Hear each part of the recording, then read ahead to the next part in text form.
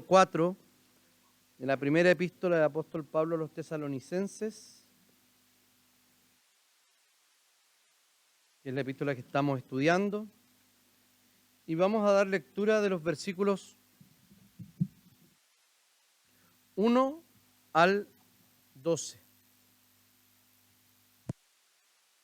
¿Me escuchan bien?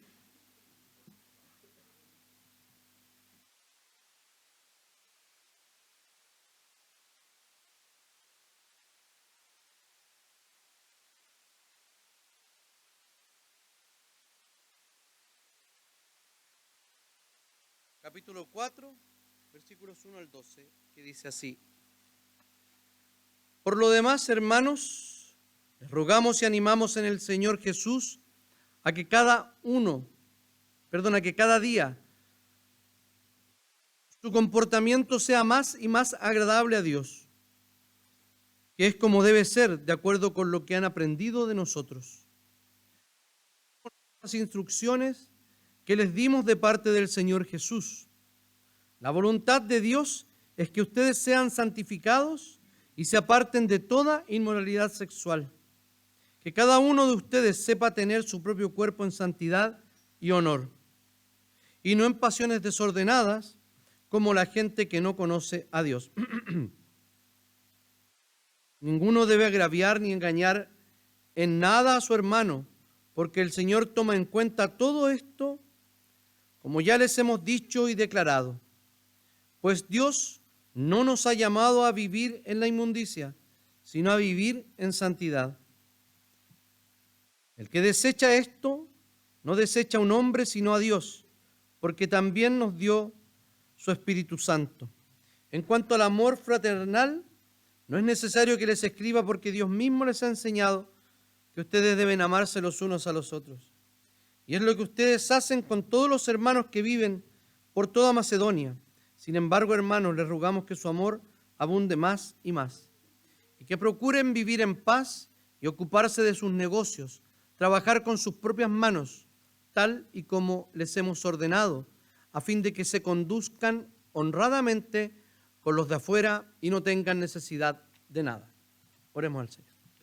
Señor, te agradecemos por tu palabra, te agradecemos, Señor, que por permitirnos llegar hasta este lugar para presentar culto delante de ti. Te rogamos ahora, Señor, que tú abras nuestro corazón y nuestras mentes para poder, Señor, comprender y atesorar tu palabra.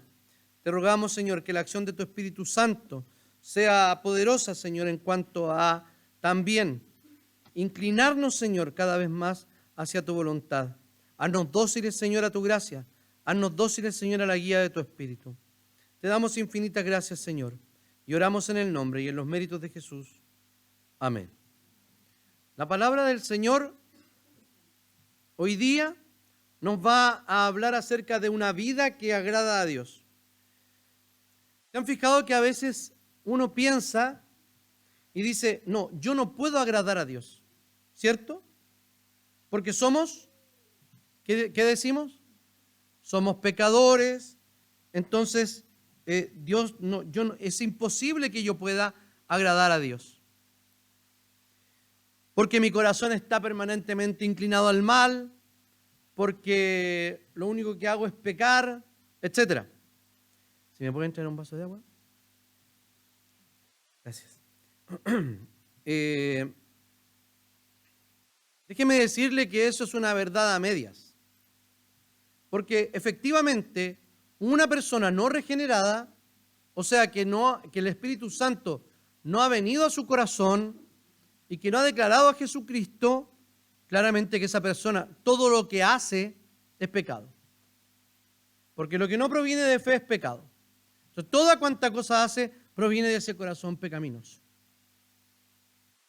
Sin embargo, los creyentes estamos en otra posición. Estamos en una posición de regenerados, de restaurados delante de Dios por medio de Jesucristo. Yo creo que estoy esforzando mucho mi voz. No sé qué me pasa, o siento que está escuchándose bien. ¿Sí? Ya, gracias. Que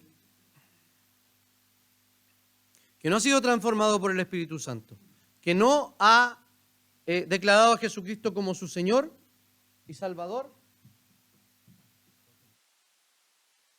Pasamos piola.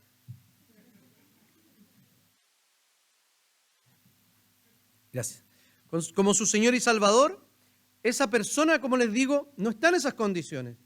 Pero aquel que sí ha sido regenerado, sí está en condiciones de agradar a Dios. Porque fíjese, Romanos capítulo 8 dice que nosotros podemos entristecer al Espíritu Santo.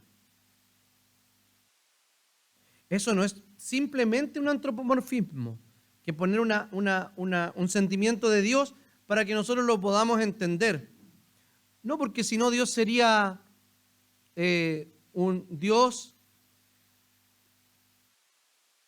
que no tiene ningún tipo de emoción. Y eso es una discusión teológica de hoy día, no me voy a meter en eso. De hecho, estamos revisando una tesis de ese tema que va a ser defendida en el seminario el 21 de este mes. Pero lo que me quiero referir es que Dios es impasible, o sea, no está sujeto a pasiones. Como que Él le venga un arrebato de ira y destruya todo. No, ese no es nuestro Dios. Pero sí, por ejemplo, el amor. Sí, por ejemplo, la ira. Sí, por ejemplo, aquí, el agrado por nosotros. Si Jesucristo le agrada al Señor, este es mi Hijo amado, en el cual yo tengo contentamiento, en quien me complazco. Después de ser bautizado Jesús por Juan el Bautista. Eso quiere decir que Dios se complace de cada hijo suyo. Porque nuestra relación con Dios es en Cristo Jesús. Ahora bien, sí podemos agradar a Dios con nuestros actos. A veces, no sé si ustedes conocen a Martin Lloyd Jones, un predicador bautista británico, ¿era bautista, cierto? Británico. Él decía, prefiero que me consideren un antinomiano, o sea, alguien que está prácticamente que no hay que guardar la ley de Dios, a que me reconozcan como un legalista. Con todo el respeto que me merece Martin Lloyd Jones, que yo no estoy ni en sus talones, pero en esto yo creo que él está profundamente equivocado. Porque la Escritura no es ni uno ni lo otro. Y en cuanto un predicador sea fiel a la Escritura, debería proponer eso. Vale decir que la gracia de Dios es suficiente y totalmente necesaria, indispensable, pero que en vivir en la gracia nos demanda un estilo de vida diferente. Y esto en la Biblia no tiene ninguna contradicción. Si ustedes me aman, Jesús, el que sabe más de gracia, si ustedes me aman, entonces guarden mis mandamientos. En primer lugar, entonces, una vida que agrada a Dios experimenta una mejora continua. Versículos 1 y 2. Les rogamos y les animamos en el Señor Jesús que cada uno de ustedes, que su comportamiento, sea más y más agradable a Dios. El apóstol Pablo inicia la sección explicando cómo poner en práctica las verdades que ya ha hablado en los primeros 3 capítulos. Recordemos que el contexto de esta carta, el contexto más bien filosófico, el contexto teológico de esta carta, era una mala comprensión de la venida del Señor. Y eso no ha cambiado mucho. Ellos creían que el Señor podía venir en cualquier minuto sin ninguna otra señal, se llama en teología concominante. O sea, algunas señales que van a anunciar la venida de Jesús. Por ejemplo, nosotros no podemos decir que el Señor, sí, podría ser a la noche, de todas maneras. Pero tienen que pasar algunas cosas, por ejemplo, que se manifieste el hombre de pecado, que haya una gran apostasía, probablemente ya la está habiendo. Tal vez estamos siendo testigos de eso. Aunque esto también iba a pasar a lo largo de toda la historia de la iglesia. Si nosotros vemos en el año 303 y después con el edicto del otro emperador, cuando fue edicto de tolerancia, y luego en el 300 y tanto dijeron la religión cristiana es la religión de Roma. Cuando pasó aquello, claramente hubo apostasía y la iglesia se descarrió por 1000 años. El catolicismo medieval era un catolicismo al cual reaccionaron los reformadores, ¿cierto? Para un regreso a la Biblia. Entonces, ellos tenían muy malas ideas extrañas de cuándo iba a venir el Señor. Que el Señor va a venir por acá, que ya está acá, que ya está aquí. El apóstol Pablo le dijo, ¿saben qué? Vamos a ordenar este asunto y les voy a explicar. Por eso que nuestra serie se llama El Día del Señor. No como el Día del Señor el domingo, sino el día cuando venga el Señor, que así es llamado en los profetas, si no me equivoco, Joel y otros más, y también como lo habla Pablo aquí en la primera de los Tesalonicenses. Entonces, según varios especialistas, se podría resumir así esta sección. Ya que nuestras relaciones con ustedes han sido tales, ya que hemos trabajado tanto entre ustedes, ya que han padecido por causa del Evangelio, ya que todavía hay progreso por hacer, ya que hemos mantenido un continuo interés de oración en ustedes, les pedimos, hermanos, y les exhortamos en el Señor Jesús que sigan creciendo. ¿Qué petición extraña es esta de parte del Espíritu Santo inspirado al apóstol Pablo? No hay ninguna. ¿Alguien podría decir que esto es una especie de legalismo? Decir que seamos dóciles que nunca es suficiente lo que hemos crecido, porque siempre podemos crecer más en Cristo Jesús, más en santidad, más en obediencia, que estar pateando de manera ilimitada, indeterminada, permanente, pecados que sí sabemos que el Señor puede sacar de nuestra vida. Que sí podemos progresar en santidad. Si no, ¿para qué sería esto? ¿Cierto? Imagina una guagua fea. Son malos, no piensen en las guaguas de aquí. Imagínense, no una guagua fea. Una guagua fea en su imaginación. ¿Se la imaginaron? ¿No? Les voy a pedir un esfuerzo más. Imagínense a su hijo más feo. Al que nació más feo. Hermanos, todas las guaguas son feas. Digan la verdad. Ya, estas guaguas feas, uno recibe a la guagua y la guagua sigue siendo fea, ¿cierto? Hasta que crece. De verdad yo no sé qué les pasó a mis hijos, eran bastante feitos cuando nacieron.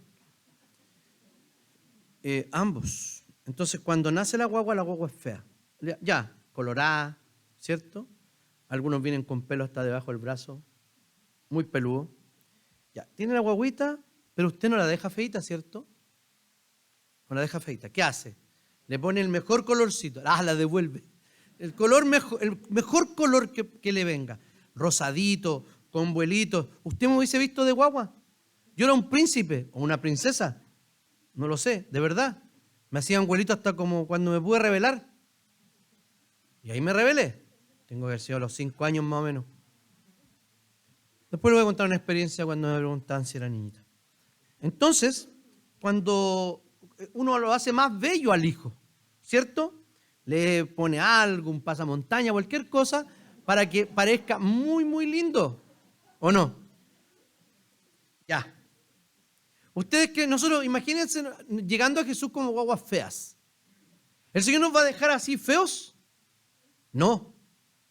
Va a adornarnos, nos va a hacer crecer lindos. Hay papás que hasta operan a los hijos.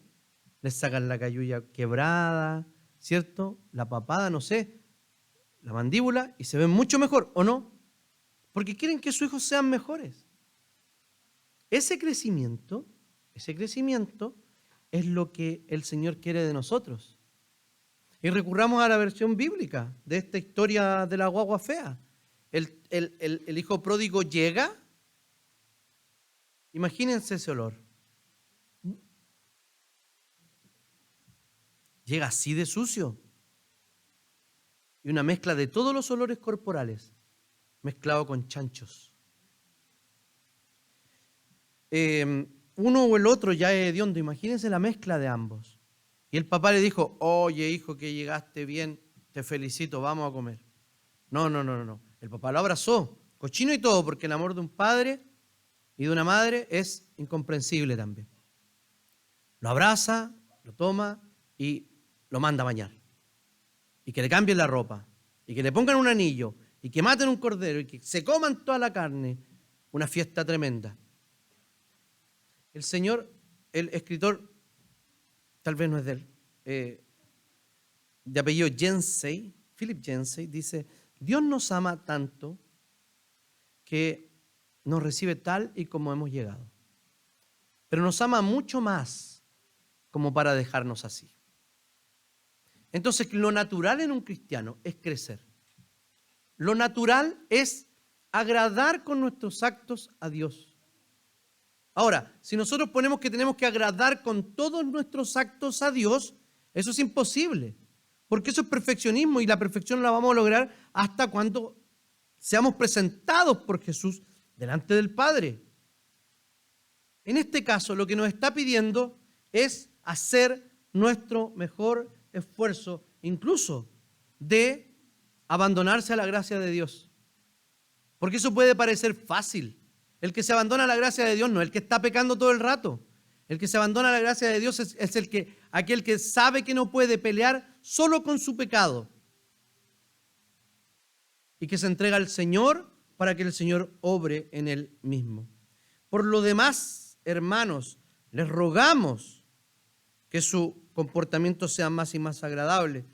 Pablo está usando una palabra de ternura, de cercanía para tratar a aquellos. No porque ellos sean de cristal, como hoy día pasa con las personas cuando uno le habla de pecado, sino que los temas son delicados y Pablo toma esta cercanía. Hay dos verbos usados aquí que dicen rogamos y animamos. El primero es pedir, el segundo es impulsar. Y las palabras griegas significan lo siguiente. La primera es una petición amable. La segunda, amable y amistosa. Y la segunda es una súplica apostólica autorizada. No son dos palabras iguales, sinónimos, como acostumbran los hebreos de repetir palabras para hacer un punto. Sino lo que ellos hacen, lo que hace Pablo es poner dos tipos de exhortación. Una que es amable y otra que es una autorizada. ¿Por qué? Porque Pablo era su padre espiritual y los trataba así, pero también tenía la autoridad apostólica que hoy día tiene la iglesia. Entonces, Pablo hace un recordatorio, les dice, ustedes ya conocen estas cosas en el versículo 2. O sea, Pablo ya les había hablado de esto. Ellos sabían cómo agradar al Señor. Pablo no solo les había enseñado, esta es la forma en que se agrada a Dios. No, sino que también el tiempo que estuvo con ellos, también Pablo le modeló. O sea, se comportó como un creyente que crecía permanentemente en la gracia de Dios, en la santidad de Dios. Entonces, ellos estaban en condiciones espirituales, en posición cognitiva, de vivir una vida agradable delante del Señor. Díganme, ¿quién de ustedes no está en condición ni cognitiva porque no sabe o no entiende, o en posición espiritual porque está muerto espiritualmente, que no puede agradar a Dios? Todos los que son creyentes hoy día, aquí, entienden que no pueden agradar a Dios por sí mismos, saben cómo hacerlo y tienen la asistencia espiritual necesaria para hacer aquello.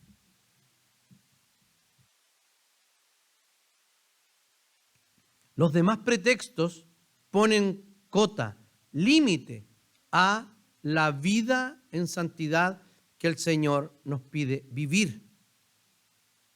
Siempre les digo esto, Dios me entiende, Dios sabe cómo soy, como si eso fuera alguna novedad, como si hayan inventado la rueda espiritualmente. No, el Señor sabe cómo soy.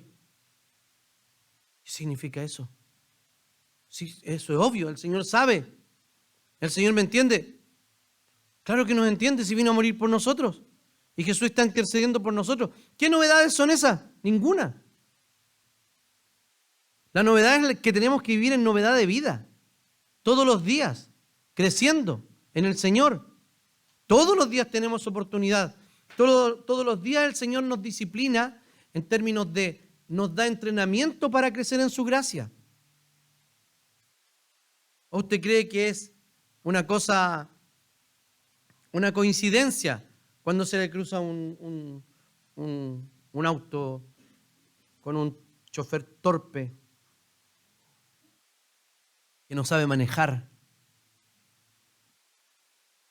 que sacó la licencia en Peñaflor? Eso es un momento para entrenarse, ¿o no? O en Buin. Un momento para entrenarse. O sea, ¿usted cree que se cruza ese peatón, o se cruza ese micrero, o se cruza ese chofer? ¿Y qué hacemos nosotros? Reaccionamos. ¿Cómo? No reaccionamos en santidad. No le decimos por lo menos, oh, pobrecito, no sabe manejar. Lo voy a entender. No. Esa no es nuestra reacción. Ahora pongámoslo menos gracioso en nuestra relación hogareña. ¿Cuántas veces tenemos la oportunidad de reaccionar en santidad? Mi suegro decía siempre así, dice, decía, haga funcionar su cerebro antes que su lengua. Es un proverbio, pero así lo decía él. Entonces, ¿qué era el asunto? Era, a usted no le salen directas las palabras de la guata, ¿me entienden? Pasan por el cerebro necesariamente. ¿A quién le salen las palabras de otra parte? De ninguna parte. De hecho, Jesús dice que todo eso malo sale del corazón, refiriéndose a la mentalidad. Pasa por el filtro de un corazón y de una mente regenerada. ¿Y qué hacemos nosotros? Sacamos el filtro. Olvidamos el filtro. No. Eso, no, el Señor está equivocado. ¿Cuántas veces usted ha pensado que el Señor tiene métodos inferiores para que usted crezca? Métodos inferiores a los suyos, menos sabios, menos de todo. Mire, no somos metodistas, pero el Señor nos dio método para todo. ¿Y sabe qué? El método siempre funciona. Siempre. Es como un efecto de algo que es absolutamente necesario. Si yo empujo esto va a caer al suelo, ¿no? ¿O no? No, pues si no estamos en la Matrix. Va a caer al suelo. Pero si yo tengo puras intenciones de empujar esto, de hecho me va a generar mucha culpa, me va a generar mucha ansiedad, me va a generar un montón de cosas. Eso pasa cuando nosotros estamos viviendo o estamos tratando de crecer espiritualmente. Sabemos qué tenemos que hacer, pero de porfiados no lo hacemos. Queridos hermanos, ¿cuántas veces usted ha recibido desde este púlpito una petición amable y amistosa, una súplica apostólica autorizada para que agrade a Dios con su vida? Y usted ha hecho caso omiso a esa invitación y esa exhortación. Incontables. Incontables. Porque preferimos buscar sabiduría donde no la hay. Yo no digo que no hay que ir al psicólogo, ni al psiquiatra, ni nada de eso, ni no leer libros de otra. No digo eso. Estoy diciendo solo una cosa, que la Biblia sí tiene sabiduría. Y si yo estoy en una terapia psicológica, no puedo desprenderme de la Escritura, porque ¿sabe qué? Más encima, si ese psicólogo no es creyente, es un ciego guiando a un ciego. O peor, es un ciego guiando a un vidente. Alguien que puede ver. La palabra del Señor nos llama a esto, queridos hermanos. Y el Señor nos ha expresado su voluntad aquí. Y vamos a pasar a eso. Una vida que agrada a Dios valora la pureza sexual. Del 3 al 8. ¿Cómo está la sexualidad hoy? No me conteste todavía. La sexualidad en el mundo, ¿cómo está? Primero, el asunto es un asunto privado en cuanto a la opción, ¿o no? Quiero que pongan mucha atención. La sexualidad hoy día es un asunto privado en cuanto a la opción, porque cualquier persona puede tener una identidad sexual que quiera. Y respecto a la especie, a las capacidades físicas, ahora hay muchas formas de autopercibirse. Es un asunto público en cuanto a la exposición. Yo me identifico como tal y me expreso de esta manera y todos tienen que escucharme. Y la gente puede vivir así, o sea, hemos vivido así todo el tiempo. La gente se cree alguna cosa y la gente se cree muchas cosas, hermano. Yo tenía un tío que se creía todas las cosas, todas. Él había sido desde guardia de Augusto Pinochet hasta, no sé, un médico del Barros Luco. No estoy mintiendo. Murió, no sé. Capaz que sea mentira también, se está haciendo pasar por muerto. Él hacía eso. La gente se puede creer muchas cosas. Y uno se relaciona con las cositas que la gente se cree, ¿o no? Todos sabíamos que no había sido escolta de nadie y que no había estudiado medicina. Ya. El punto es que hoy día la sexualidad es un asunto politizado en cuanto a la aceptación y la manifestación. O sea, los que todavía no están haciendo manifestaciones sexuales son los adúlteros. Manifestaciones públicas sobre sexualidad. ¿Cierto? Porque el adúltero, ¿de qué se trata ser adúltero? Que no te pillen. No van a estar haciendo pancartas. Tenemos derecho a la infidelidad. Aunque hay una opción de multi algo, ¿cierto? Que pueden tener relaciones con todas las personas, etcétera. Pero así, los adúlteros a la antigua no andan haciendo una marcha, porque todavía eso se cree que es inmoral, ¿cierto? Y que destruye a la familia, etcétera. Todas las otras opciones sexuales sí claramente están manifestadas. Entonces es un asunto privado en algunas ocasiones, un asunto público, un asunto politizado que debemos nosotros no solo aceptar o ser misericordiosos con aquella persona, sino además de tratarla como quiere, no usar cierto lenguaje, etcétera, y eso ustedes lo saben. ¿Por qué es tan importante que Pablo hable esto?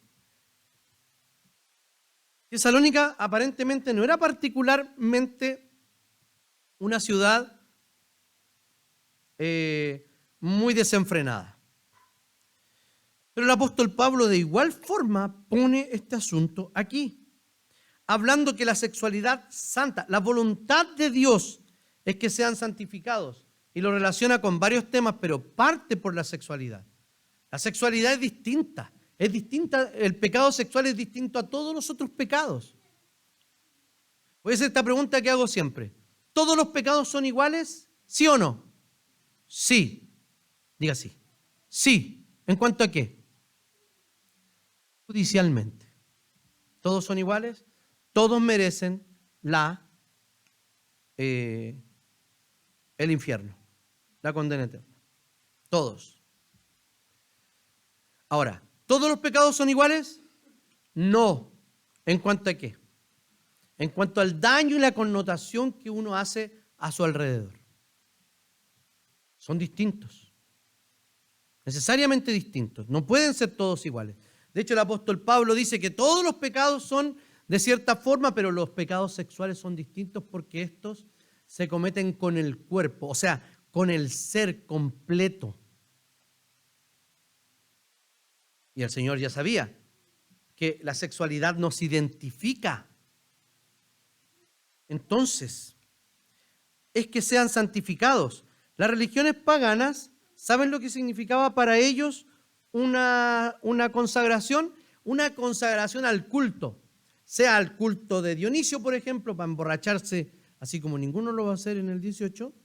Dionisio, todos borrachos en espectáculos teatrales, o como algunos de cultos de fertilidad, etcétera, contrataban servicios de sacerdotisas, etcétera, prostitución sagrada, y esa mujer estaba consagrada a los dioses, pero no tenía nada que ver con santidad de vida. Esta es una idea que Pablo introduce, o que el Evangelio introduce en la cultura helénica.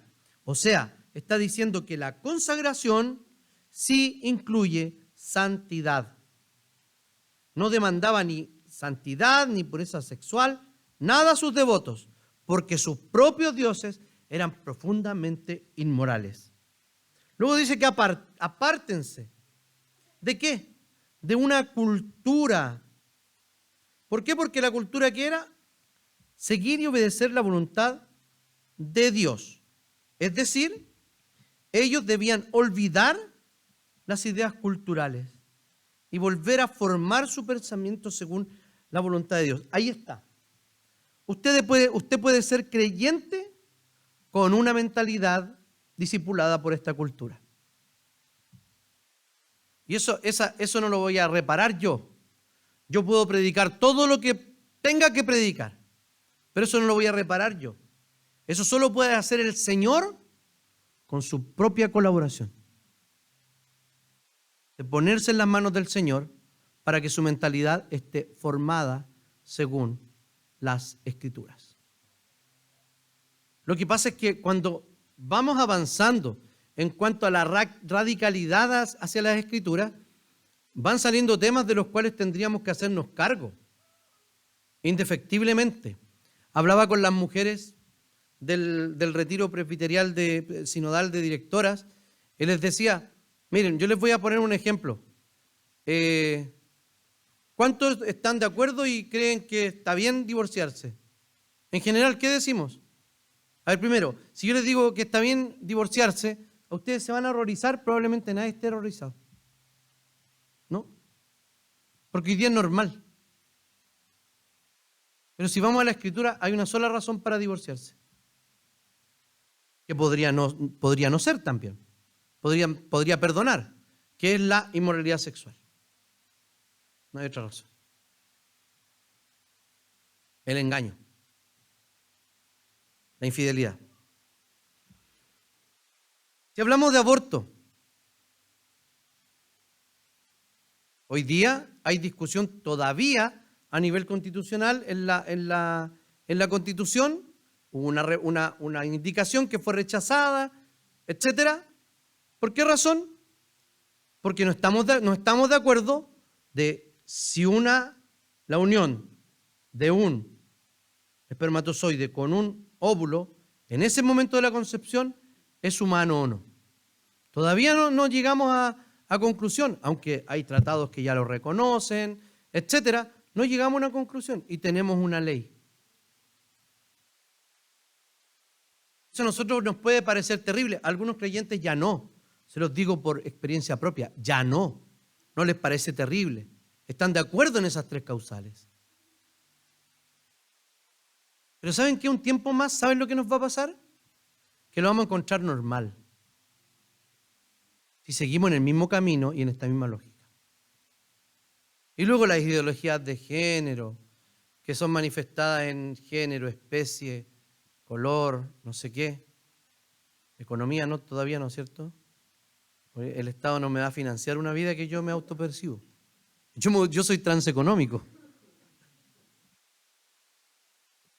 Y vamos a seguir yendo para allá, hermanos, si nosotros no predicamos el Evangelio. Esta sociedad sigue hacia allá. Entonces, si nosotros, queridos hermanos, no queremos o queremos que el Evangelio sea predicado, debemos predicar el Evangelio. Y tenemos dos formas de predicar el Evangelio que deben ser conjuntas. La primera es hacer discípulos. Y ahí se transforma en una sola. En los hijos que tenemos, hacer discípulos. y en los hermanos que van convirtiéndose y que el Señor va añadiendo a ser discípulos. Es lógico, mientras más discípulos hagamos, más bien y mejor va a ser nuestra sociedad. En todos los sentidos. Dígame, ¿cómo estamos en eso? ¿O solamente somos comentaristas de aquello? Y luego usa la palabra porneia. La santidad cristiana requiere abstinencia total de la porneia, que es traducido por la NBI como inmoralidad sexual y por la Reina Valera contemporánea como fornicación. Y la fornicación es toda relación sexual fuera del matrimonio. O sea, la infidelidad, las relaciones extramatrimoniales, prematrimoniales, todo lo que no sea con su esposa, con quien usted, o esposo, con quien usted hizo un pacto delante del Señor, todo eso es fornicación, inmoralidad sexual. Entonces, queridos, esta amplia definición, como dije, y dice un comentarista, incluye todo tipo de pecados sexuales entre hombres y mujeres. 1 o 2 años antes, un concilio cristiano en Jerusalén también había fallado decisivamente con el tema de la inmoralidad sexual. Tuvo que haber un edicto, una decisión conciliar en Jerusalén, que se abstengan de sangre, animales ahogados y inmoralidad sexual. Entonces, y luego nos da la receta, nos dice, cada uno de ustedes sepa tener su propio cuerpo en santidad y honor. Uno está pensando en cuerpo, ¿cierto? Pero la palabra ahí es bien difícil. Porque tener su propio cuerpo es como, ya, tengo que ponerme un bozal, soy un caballo, entonces algo tengo que hacer. Uno de esos aquí en la pierna. ¿Han visto ese del que se aprietan como lo hacían antes para castigar el cuerpo y evitar los malos deseos? ¿Saben que es posible que esta palabra se traduzca como que literalmente es vaso? Y si vemos la comparación del Nuevo Testamento, vaso puede significar también esposa. O sea, dice, ustedes hermanos sepan tener su propia esposa en santidad y honor. Bueno, y claramente esto va para ambos lados. ¿Y qué nos dice este asunto? Nos dice que un matrimonio saludable es, por lo tanto, según Pablo, el antídoto para la inmoralidad sexual. Santo y honorable. Describe cómo mantener el tipo correcto de matrimonio, porque la santificación o la santidad se debe a Dios y el honor al cónyuge. ¿No les parece sensato eso? Esta interpretación. No es solo, no es, ¿por qué? Porque la inmoralidad sexual en un matrimonio no es una cuestión propia, es una cuestión de los dos. O sea, queridos hermanos, lo que dice Pablo, y lo he dicho tantas veces, es que cualquiera que tiene un problema sexual tiene que hacerse ver, del índole que sea. Y los que ya vamos llegando a los 50, ustedes saben lo que tenemos que hacer también. Por eso también podría afectarnos sexualmente. Oye, me asusté. Voy a ir el lunes. Ah, no, el lunes 18. Bueno, así declara en la Escritura. Lo que está diciendo es que tratar a este vaso en santidad respecto al Señor, en honor respecto a la persona. Entonces aquí cabe todo el sentido de mantener el matrimonio en esta condición.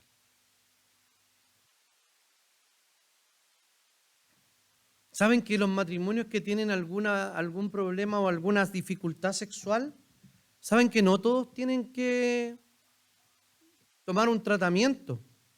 Muchos tienen que hablar, no más, solo hablar. Cada uno sabe dónde le aprieta el zapato, pero Si usted parta por hablar, parta por comunicarse, por conversar. Un matrimonio con una relación sexual satisfactoria que busca el bien del otro es un antídoto contra la fornicación. Les voy a decir una cosa. ¿Se acuerdan que Pablo en el capítulo 7 de 1 Corintios les dice que se pueden apartar un tiempo sexualmente? ¿Para qué? Para dedicarse a la oración. Pero luego, ¿qué dice? Pero no. ¿Se lo saben? Pero no por mucho tiempo. ¿Para que no pase qué cosa? Para que no sean tentados por Satanás, por el diablo. Y posteriormente por nuestra propia concupiscencia, ¿cierto? Al final ahí se da la deliberación final. Y Pablo agrega, y no en pasiones desordenadas como la gente que no conoce a Dios. Entonces, respecto a la sexualidad, hay dos formas de vivir. La primera es según la voluntad de Dios, la cual prescribe un matrimonio, el matrimonio como el estado de honor y santidad.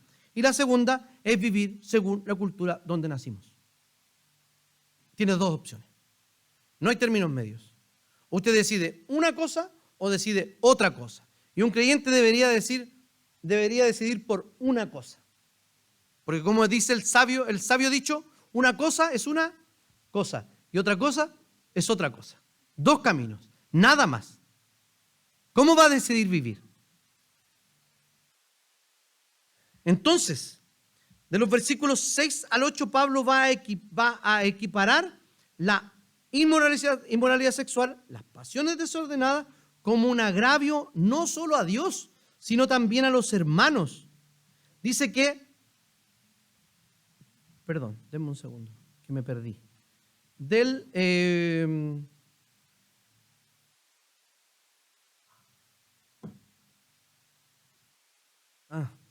Lo puse con palabras, del 6 al 8, por eso no encontraba los números.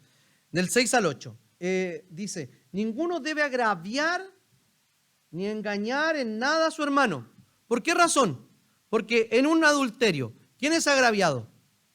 Es agraviado el esposo, el cónyuge de aquel que está pecando. Mutuamente también se están dañando y agraviando al otro. Entonces son muchas personas, familias. Es por eso que es tan terrible, porque el agravio es profundo. El agravio es muy terrible cuando alguien no respeta su pacto matrimonial. El versículo 8 cierra la sección diciendo lo siguiente. El 7, pues Dios no nos ha llamado a vivir en inmundicia. Ojo, esto me lo salté. Dios nos ha llamado a vivir de una determinada forma, ¿cierto? Que se opone a aquella forma que parece los tesalonicenses estaban siendo tentados o algunos de los hermanos estaban viviendo. Porque hay una forma de vivir. No hemos sido llamados a vivir en la inmundicia, sino a vivir en santidad. El que desecha esto no desecha a un hombre, sino a Dios, que también nos dio su Espíritu Santo. ¿Qué está diciendo acá? Está diciendo que cuando alguien desobedece esto, no le desobedece a Pablo, no le desobedece hoy día al predicador, al pastor. Con quien se pone en contra usted es en contra de Dios. Y de Dios, el cual lo ha hecho partícipe de su naturaleza por medio del Espíritu Santo. Está diciendo, oigan, Dios está en ustedes. El Señor está en nosotros. Y por esa razón nosotros debemos vivir en santidad. Respecto a la sexualidad, está siendo muy explícito aquí el apóstol Pablo. Y también pone el juicio, equipara el juicio. Fíjense que dice que más atrás declaro, perdón, el que desecha. El Señor toma en cuenta todo esto. Ahí está. ¿Qué está diciendo aquí en el versículo 6 al final? Que Consideren el juicio de Dios. Consideren su llamado a vivir. Y consideren a qué personas dañan. Porque no es a Dios no es al hombre a quien rechazamos, sino a Dios. Tener relaciones fuera del matrimonio no es solo una transgresión contra la ley. También defrauda a un compañero creyente que eventualmente tomará a esa mujer como su propia esposa, o tal vez ya lo haya hecho. Un pecado especialmente atroz porque es robar un pariente espiritual a otra persona. ¿Se ha fijado por qué razón en el capítulo 17 de Levítico dice por qué no debe tener relaciones sexuales? Por ejemplo, dice, con la esposa de tu padre, que era su madrastra. Porque no solo deshonraba a la madrastra, sino que deshonras a tu padre. Es como si hayas tenido relaciones con tu hermano cuando es su cuñada. Y así, el pecado sexual no afecta solo a una persona. Es terrible.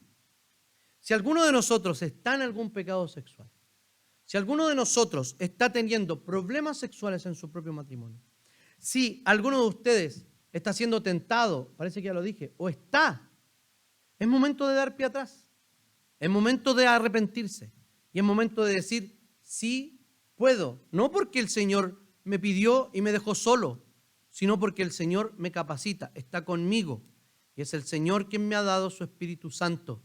Entonces, con el Señor, sí, todo es posible. Y como ya dije alguna vez, hay pecados de los cuales nosotros debemos resistir y debemos pelear, ¿o no? Hay pecados de los cuales debemos arrancar, de los cuales debemos huir.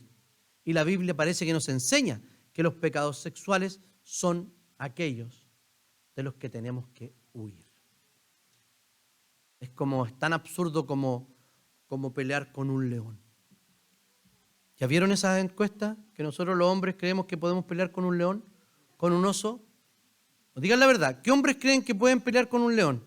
Yo creo. Es absurdo, pero si me lo preguntan yo digo, yo puedo. Me va a matar al tiro. O me va a matar del susto cuando venga contra mí. Pero me va a matar. Pero yo creo. Pero ojo, hay un caballero que venía un oso. Y estaba su familia. Y el loco se hizo más grande y empezó a gritar. ¡Ah! Y el oso se arrancó. Ese hombre sabe, ¿cierto? Macho de verdad. Bueno, eso, un macho de verdad. Hermanos, nosotros, comportarnos como hombres es eso. Tener en santidad a nuestra esposa y en honor. Y también para las mujeres y para los solteros. También es de suma importancia mantener esto. ¿Por qué? Porque el Señor dice que la voluntad de Dios es que nos mantengamos puros sexualmente. Así que, abandonarlo, queridos hermanos, es una oportunidad hoy día nueva que nos da el Señor.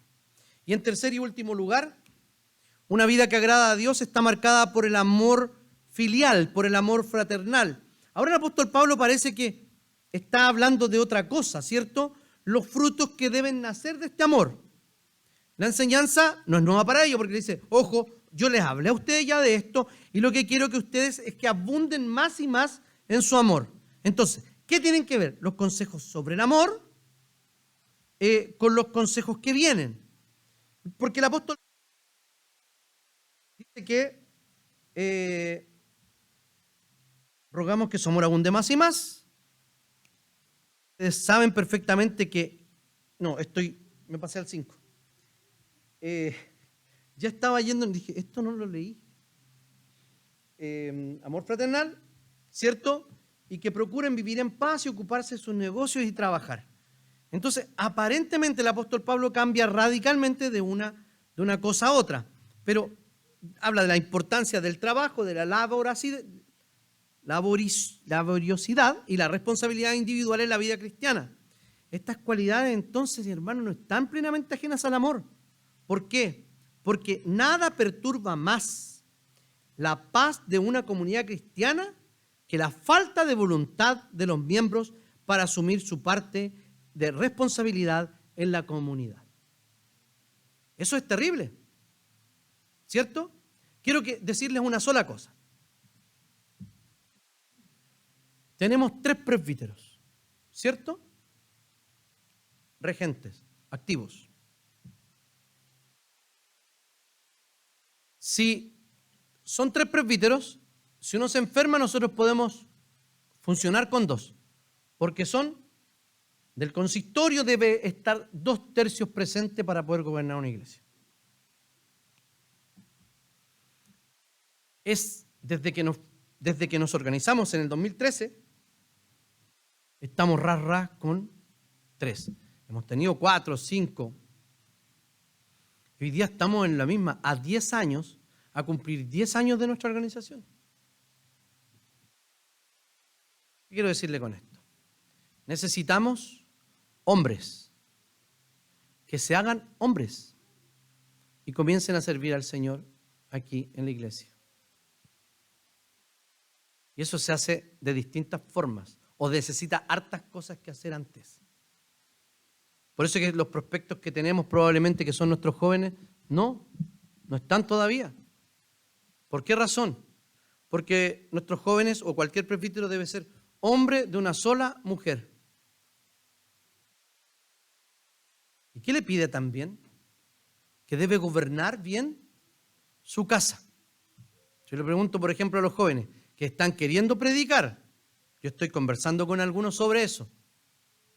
Pero si yo les pregunto, ¿cuántas casas ustedes han gobernado? No gobiernan ni su pieza. Aprendan a gobernar su pieza. Aprendan a hacer la cama, a mantener ordenado, a ser productivos, a no llevarse todo el día en entretención. Está bien entretenerse. Yo me entretengo, obvio. Si no estaría peor. El punto es que, ¿qué te ríes, Cami? El punto es que no pueden dedicarse a eso todo el rato. Tienen que hacerse hombres. Y hoy ser hombre es tomar responsabilidades. Aunque sus papás no les den responsabilidades, asuman responsabilidades. Y cuando puedan, cásense. Y lo antes posible tengan hijos, porque dice que debe mantener su familia en sujeción y habla sobre los hijos. Entonces, cualquier matrimonio, cualquier hombre de ese matrimonio que no tiene hijos por razones impropias, tampoco debería postular para ser presbítero. Después se molestan, porque si no me van a tentar a mí. Y así para adelante, queridos hermanos. Entonces necesitamos más compromiso. Entonces el compromiso por ejemplo, de nuestros hermanos que en el futuro van a ser presbíteros, no es un compromiso que pueden tomar ahora. Deben tomarlo ahora para prepararse para ser presbíteros de esta iglesia. Y aquellos que hace mucho tiempo se están haciendo los locos y sacándole el cuerpo a esta responsabilidad, deberían de una vez por todas asumir esa responsabilidad. Ya vamos a hablar más acerca de eso. Entonces, ¿cuáles son? Probablemente, como dije al principio, tenían una mala comprensión de la venida del Señor. Entonces algunos no estaban trabajando seguramente. Es que va a venir el Señor. Muchas veces en la historia se repitió ese asunto. No, es que va a venir el Señor, entonces dejaban sus estudios, sus carreras, sus casas, todo, y quedaban vestidos y alborotados, literal, con túnicas blancas arriba de un cerro. ¿Vieron los Simpsons ese capítulo? Y exactamente igual, pero ese era del pasado, no del futuro, como acostumbran a hacerlo los Simpsons. Entonces, ¿qué pasa esto? Dicen, con todo esto dice, procuren vivir en paz. Entonces, todas estas cosas traen paz, promueven la paz entre nosotros. Fíjense, si nosotros no podemos vivir en paz entre nosotros, ¿cómo vamos a proyectar a nuestro país que necesita vivir en paz? Llevamos 50 años siendo enemigos, unas veces más que otras, ¿o no? Entre los chilenos. Y siguen apareciendo en los debates en todas partes las mismas personas muertas. Me refiero a Allende y a Pinochet. Todavía salen. Pasaron 50 años. ¿Saben por qué la gente no perdona? Primero porque nunca va a recibir la justicia que merece aquel que fue torturado y desaparecido. Nunca, nunca. Si tiene dudas sobre eso, después me habla. Pero es imposible hoy día hacer eso. Y en segundo lugar, porque los creyentes no hemos hecho nuestra labor de proyectar la paz, de predicar la paz. Uno se conduele, debe condolerse, necesariamente, ¿o no? Con aquellas familias que han sido tocadas por esto, sí, uno se debe condoler, si no, el cristiano no es cristiano. Y con todos los que sufrieron, con todos. Y no solamente en esa época de nuestra historia, que es la que teníamos más cercana, sino que muchas veces y en otros lugares, y hoy día, no hace 50 años, hoy día hay gente sufriendo en otras partes. ¿Y qué hacemos por eso? Tema para otro sermón. Ocúpense de sus propios negocios, o sea, hagan las cosas como las deben hacer. El Señor va a venir, pero no dejen abandonado sus responsabilidades y trabajen con sus propias manos. O sea, ¿qué está diciendo el Señor? Dedíquense a estas cosas con la expectativa de la esperanza, porque si no nos dedicamos a estas cosas de vivir en la espera del Señor, y si esperamos haciendo nada, deshonramos la esperanza. Trastocamos la esperanza. Y muchas veces podemos incluso poner nuestra flojera con vestimenta de esperanza. Y para concluir, dice Pablo que deben vivir honradamente con los de afuera en cuanto al testimonio público, y así no tendrán necesidad de nada. El Señor nos dice lo siguiente, que es posible agradar a Dios. Y nos ha dado 3 cosas para que nosotros le agrademos en esta carta. Experimentar una mejora día tras día. Valorar nuestra pureza sexual. Y también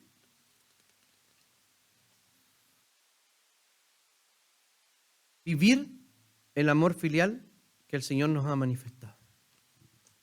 En cuanto a la santificación, en cuanto a la pureza sexual y en cuanto al amor, no somos ignorantes.